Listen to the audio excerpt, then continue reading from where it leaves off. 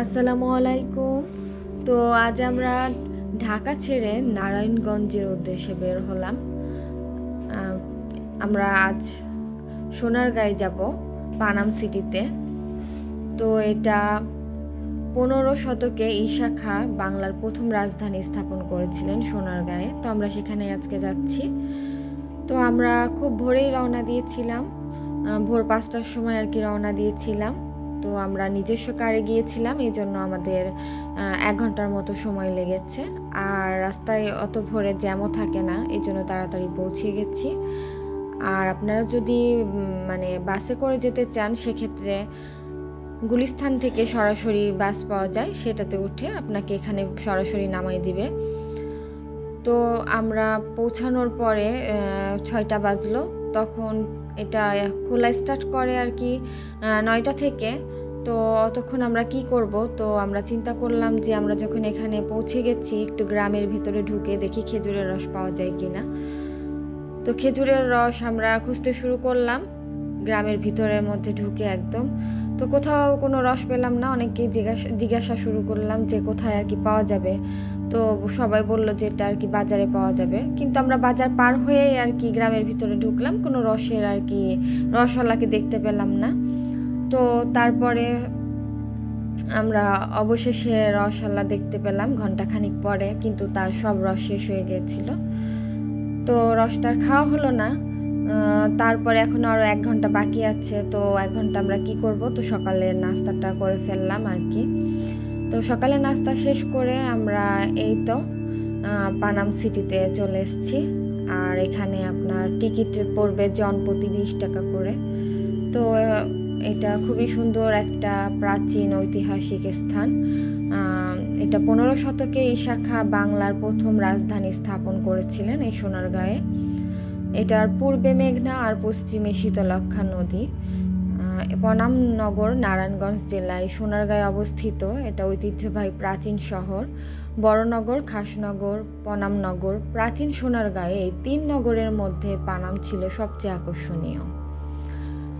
আর এটা 12 ভূঁইয়া, বাংলার 12 ভূঁইয়াদের ইতিহাসের সাথে সম্পর্কিত আর কি। সোনারগাঁয়ে 20 বর্গ কিলোমিটার এলাকা জুড়ে এই নগরীটা গড়ে উঠেছে।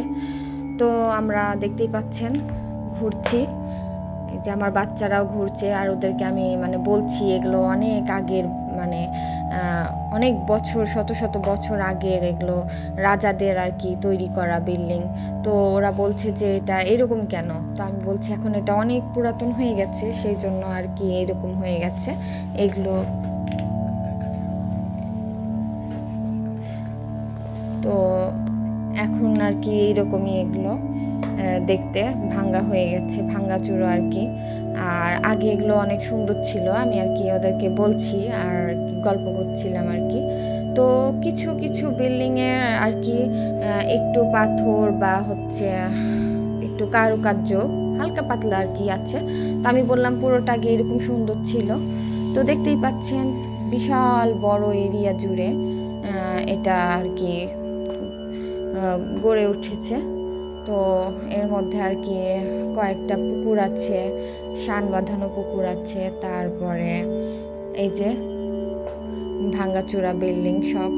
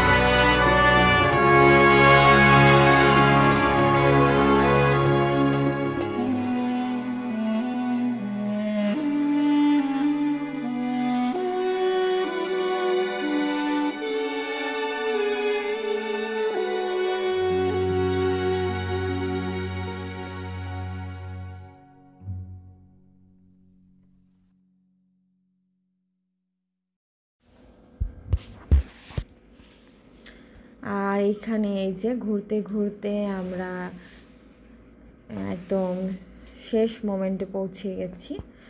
এখানে একটা পুকুর আছে, শান বাঁধানো পুকুর আছে, মোটামুটি বড়। সম্ভবত এই পুকুরে আর কি আগের রানীরা আর কি হয়তো গোসল করতো এখানে। তো এরকম কয়েকটা পুকুর আছে। আর একদম শেষের দিকে যে পুকুরটা, এটা একটু বড় টাইপের, এই যে। আর এটা চারিদিকে শান বাঁধানো আছে। আর এখানে এই যে সব শেষ আর কি, ধ্বংসাবশেষ আর কি একটা বিল্ডিং। আর এই যে আমার বাচ্চারা খুব এনজয় করছে। তো আশা করছি আপনারা একটু অবসর পেলে আপনারা এখানে এসে ঘুরে যাবেন, আপনাদের অনেক ভালো লাগবে। আর বাচ্চাদেরকে এরকম ঐতিহাসিক স্থান সম্পর্কে আপনারা অনেক কিছু ধারণা দিতে পারবেন, ওরাও জানবে অনেক কিছু। তো আজকে এই পর্যন্তই, খোদা হাফেজ।